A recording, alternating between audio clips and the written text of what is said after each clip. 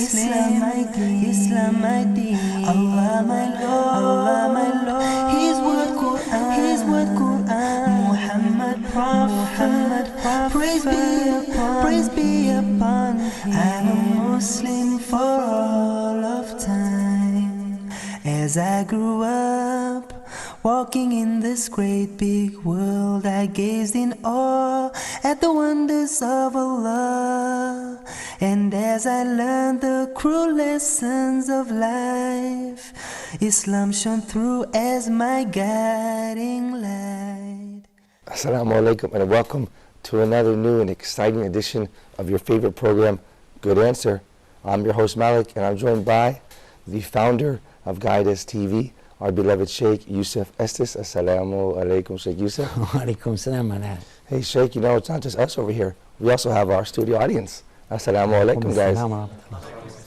I hope you guys have some good questions, or a good question to start off with, because I know, Sheikh Yusuf, you have a good answer. I hope. Inshallah, but I have you on the hot seat right now, because I have a gentleman from the UK. We went to the question UK. from the UK? We have a question from the UK. You're on the hot seat. Can you answer it? Well, let's find what the question is. Let's check it out. All right, you guys check out this clip. Assalamu alaikum. My name is Muhammad Yusuf. I'm an accountant. Basically, my question to Yusuf Estes is why Islam is undermined around the world. Is this the fault of a Muslim or the fault of a non-Muslim, or they look at what the Islam? Hey, Sheikh, you're on the hot seat. I like my seat over here. I'm feeling comfortable because he asked you a tough question. He asked you a good question. Can you give him a good answer? His question seemed like he said, why is Islam being undermined? Right. Is it from the Muslims? Is it from the non-Muslims? Exactly. Is that what he said? That's exactly what he said, yeah. Now let's ask the studio audience here. Anybody have something? My name is Muhammad. Yes, Muhammad. My question is, Sheikh, a lot of people are harsh in their treatment. I'm not sure if this is the reason behind that. Can you give us more insight about how can we treat with other people? Okay. Well, that is a good insight, actually, what you said, because I hadn't really thought of it from that perspective, but that's another way to look at it. When we talk about undermining, I'm not sure that I know exactly what he meant by the question. Right.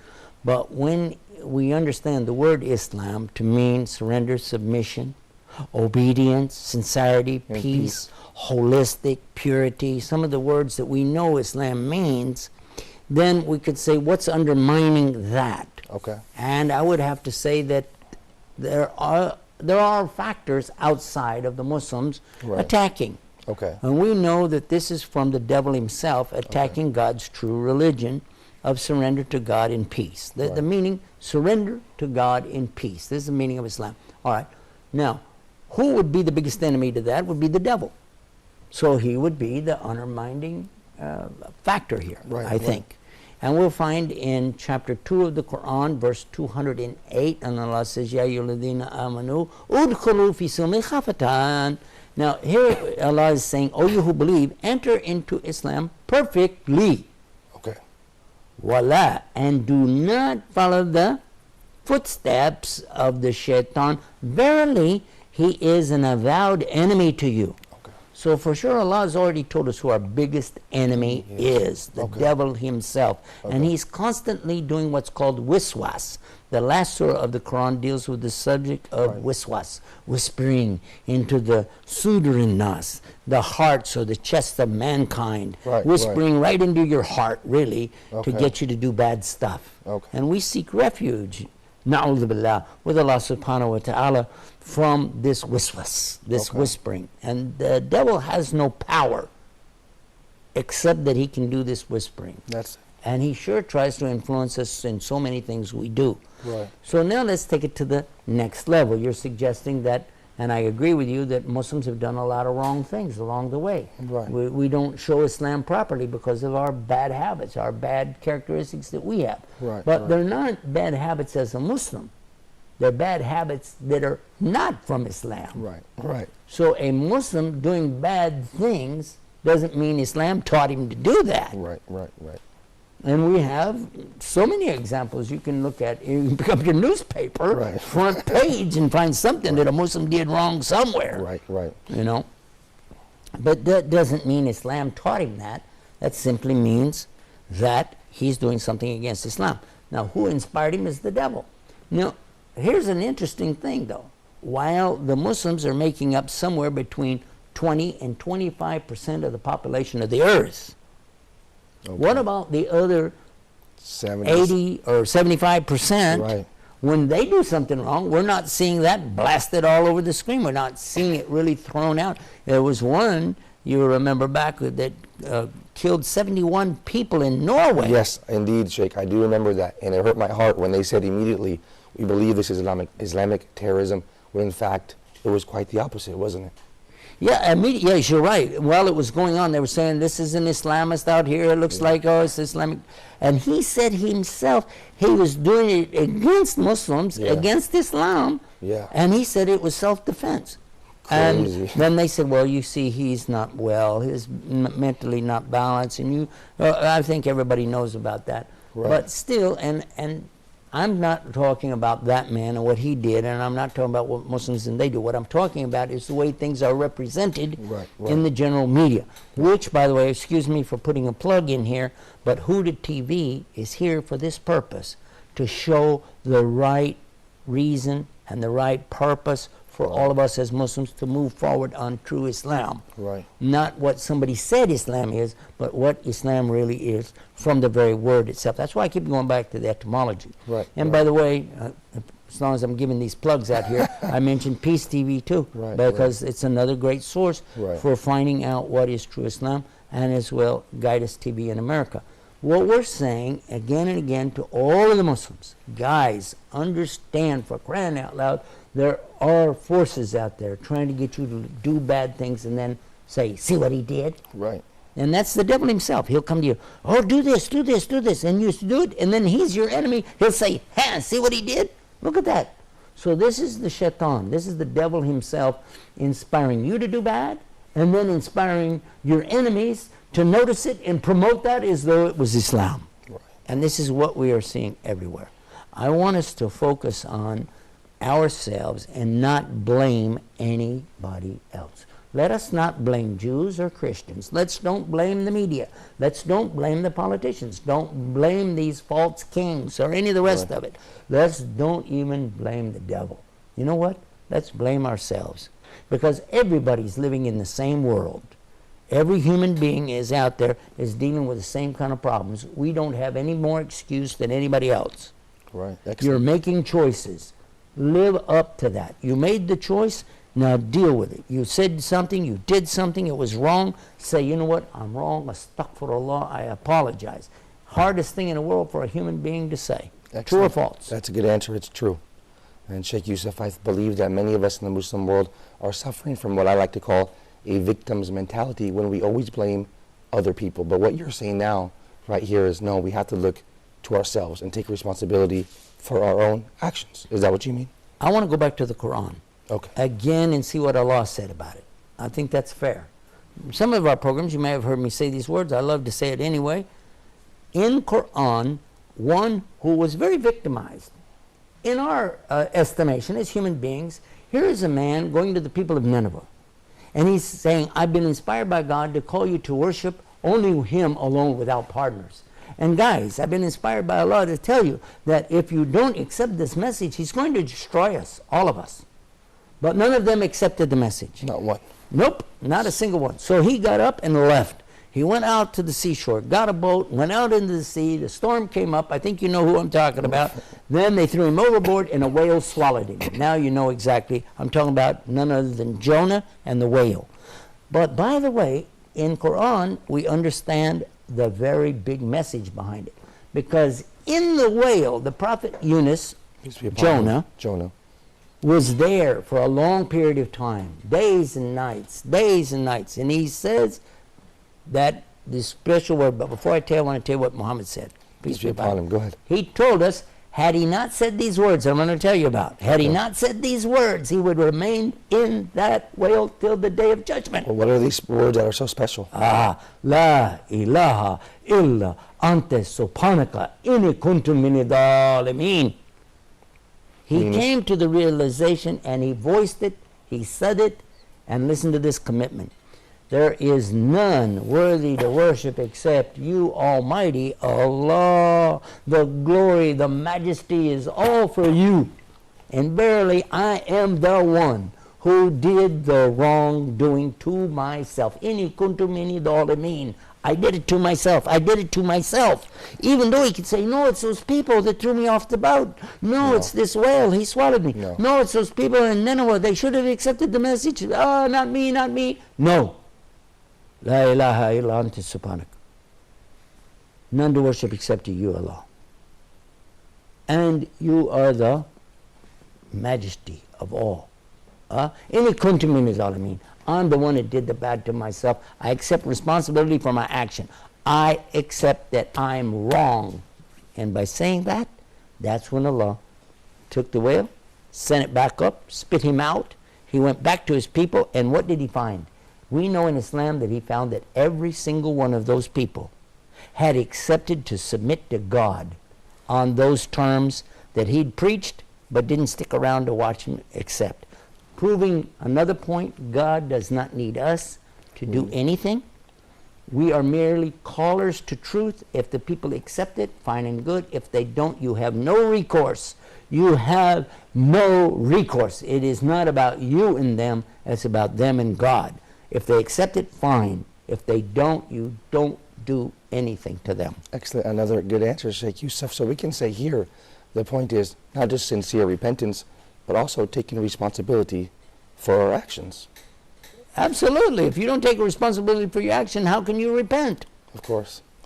You have to say, I'm sorry I did it. What do you say, I'm sorry that he did it? Good answer, Sheikh Yusuf. But we have another good question from our studio audience. Go ahead, brother. Assalamu alaikum, Sheikh. My name is Muhammad. Muhammad? Are Muslim countries backwarded? And if so, why? Thank you, brother. I think he's asking us, are Muslim countries backward in Islam to blame? Well, first of all, what do you mean by backward? If we mean by backward, that we find in many Muslim countries people are using donkeys, camels, horses, and actually people to haul things around. Right. We're seeing ox carts made out of wood. We're seeing shelters built out of sticks and stones. We're seeing little homes made out of bamboo. And we're seeing people living in rice paddies and working in water up to their knees. And we're seeing all of these problems out there. Then we say, okay, they're backward. Right. What is the reason behind that? That's the good question. I'd like to take a break and come back and give you the good answer right after that. Thank you so much, Sheikh Yusuf. You guys stay tuned for the good answer with Sheikh Yusuf Estes. I am a Muslim, Islam my deen, Allah my Lord, His word Quran, Muhammad Prophet, praise be upon.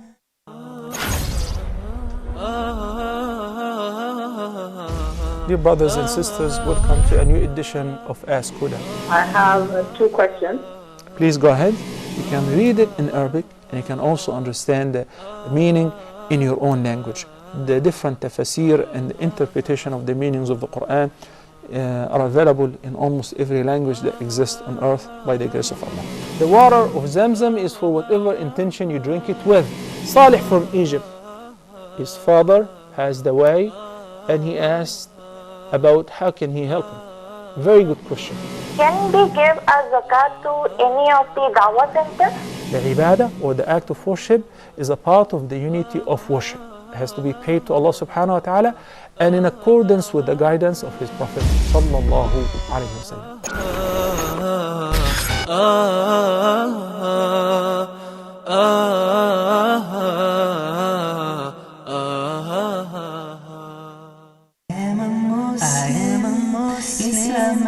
Islam my deen, Allah my Lord, His word Quran, Muhammad Prophet, praise be upon. Welcome back to Good Answer, Sheikh Yusuf Estes.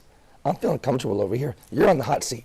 You got to come up with these good answers, and we have a lot of tough and good questions. Well, before the break, the brother from the studio audience asked us, are Muslim countries backward, and is Islam to blame for this?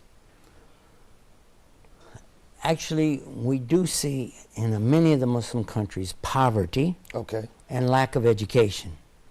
if this is the case that we're saying are Muslim countries backward in that respect, we would have to say yes, compared to America, compared to Right, Europe, right. compared to UK, Right. yes, that's a backward situation. Okay. Is Islam to blame for it? Absolutely not. Why not?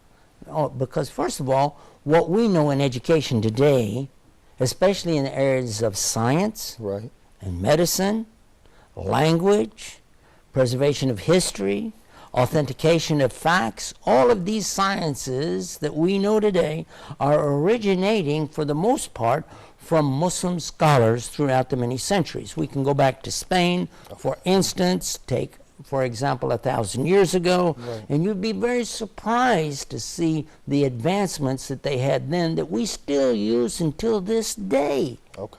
that we rely on for scientific evidences in embryology, Okay.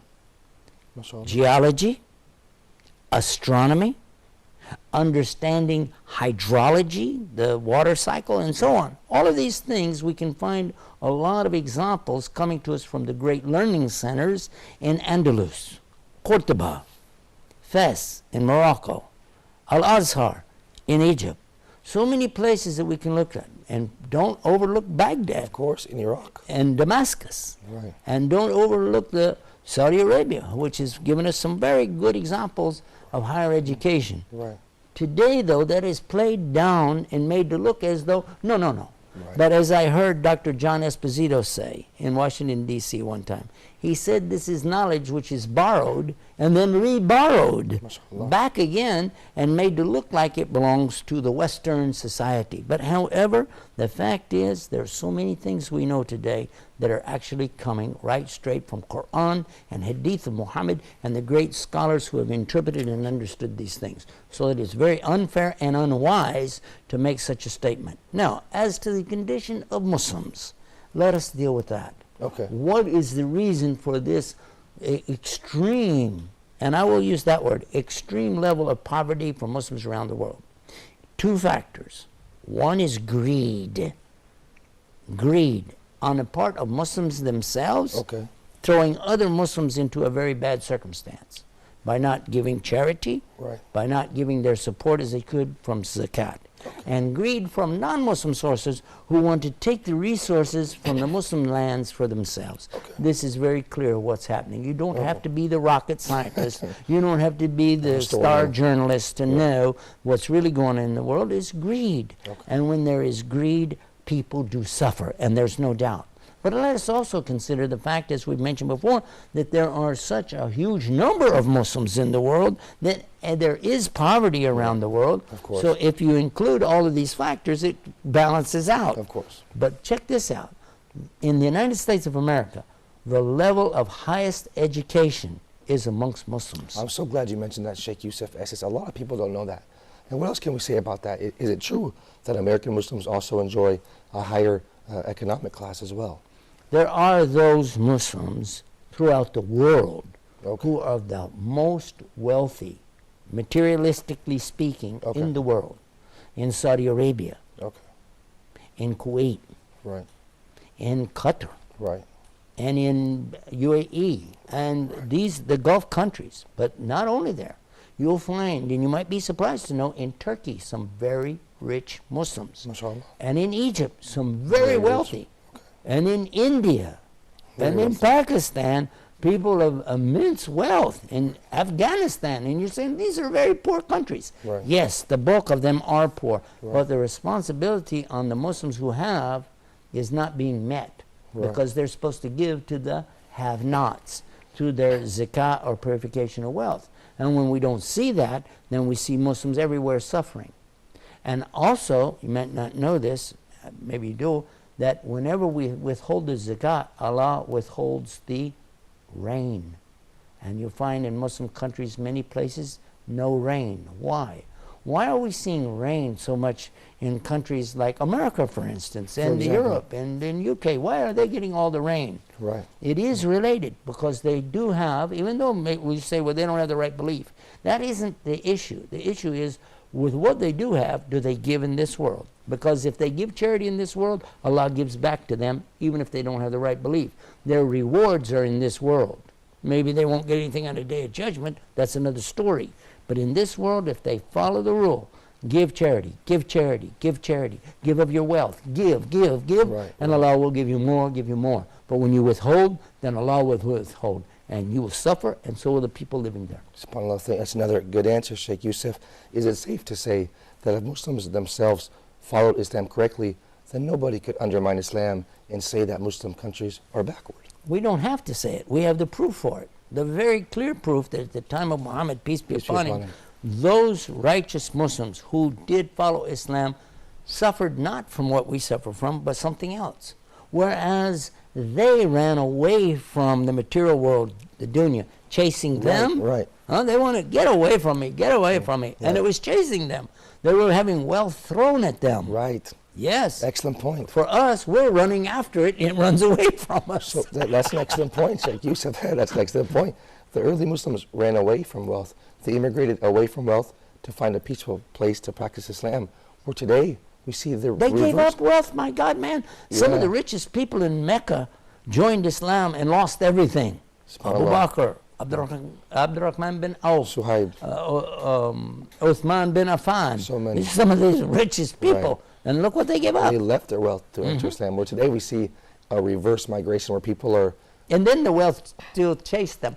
Right. I remember the story of Abdurrahman bin Auf, that one morning around Fajr time something, he went out of the masjid, and on the way he came to know that there was a caravan coming. Okay. And he offered to buy it, and he gave so much for it. And as he was coming back in, I don't know if he went to the toilet, what he went, but when he was coming back in, somebody else came to him to buy it from him, and he hadn't even seen it yet. And he had it. Okay, so he accepted this profit. Right. He had already paid for it. Now he accepted a profit for it, and he gave it all to Islam when he got back in the mosque. He just gave it to the Prophet and said, here, take all of it. MashaAllah, another good answer, Sheikh Yusuf. What about our studio audience? Do you think they have another good question? Let's find out. Yes. Assalamu alaikum. Walaikum salam. My name is Ahmed, and my question is, how can I or any other Muslim be a good model for Islam? Excellent question, because people are perhaps saying, maybe as Muslims, if we're not practicing our deen, we are ourselves undermining Islam. So how can we work to not undermine Islam and to be a good example? I think you've hit maybe on one of the most important points. I think you did. Because when we talk about Islam, people are looking around to get an example of it. I mean, you can have a book, you got a philosophy, you've got an ideology, you're presenting something to me, you're saying, oh, this should be like that, this should be like so-and-so, people should do this, people should do that. Right, Okay, right, let's look right. at the Muslims and see what we got. Right. Whoa, the opposite here. I go into Pakistan, I go, oh my God. I go to Egypt, oh no. Right. Saudi Arabia, oh wow. Right. I'm not seeing what I'm hearing. Right, I agree, Sheikh. But one of the things I will caution anybody, don't judge the religion by the people that claim they're following it. Any religion, not just Islam, any religion. This holds true. Actually, any ideology. Any ideology. For instance, even. I'll give you the one that's not related to religion. It's opposite. It's communism. Okay. Communism very clearly calls for something beautiful, actually, and that's a sharing of communal wealth, Right. communal knowledge, and to, on all levels, Right. really share with people. Right. Right? Of course. But that's ideology. In practice, it sucks. Look It's at- horrible. look at the Soviets. Nobody likes it. Right, of course. Right. Look at the Soviets. We can't say that they're actually practicing Not communism. true communism. Right, of course. What we know as communism from them is something horrible. And I attribute that to the fact there's no belief beyond their own society itself. Right. Believe in your society as what? It becomes the God. Right, right. Whereas in Islam, we know Allah has set these priorities. He's set this pecking order in place for us. He's given us commandments. He's shown us how to live our lives. And then He's let us free to choose. But if you'll choose what He said, you'll find that all this society will come together in a very nice way. Another good answer, Sheikh Yusuf Estes. What about the next episode? Do you think you have some more good answers? Because I have some more good questions for you. Well, we'll find out soon enough. Okay, you guys stay tuned next time for more, inshallah. For more good answer with Sheikh Yusuf Estes. Assalamu alaikum rahmatullahi wa barakatuh. I am a Muslim, Islam my deen, Allah my Lord, His word Quran, Muhammad Prophet, praise be upon Muslim for all of time. Look at me now, family around my deathbed. I know not when Allah will call me home. The life I led, oh what a blessed thing. As death comes to me, these words I will sing. I am a Muslim, Islam my deen, Allah my Lord, His word Quran, Muhammad Prophet, praise be upon. I'm a Muslim for all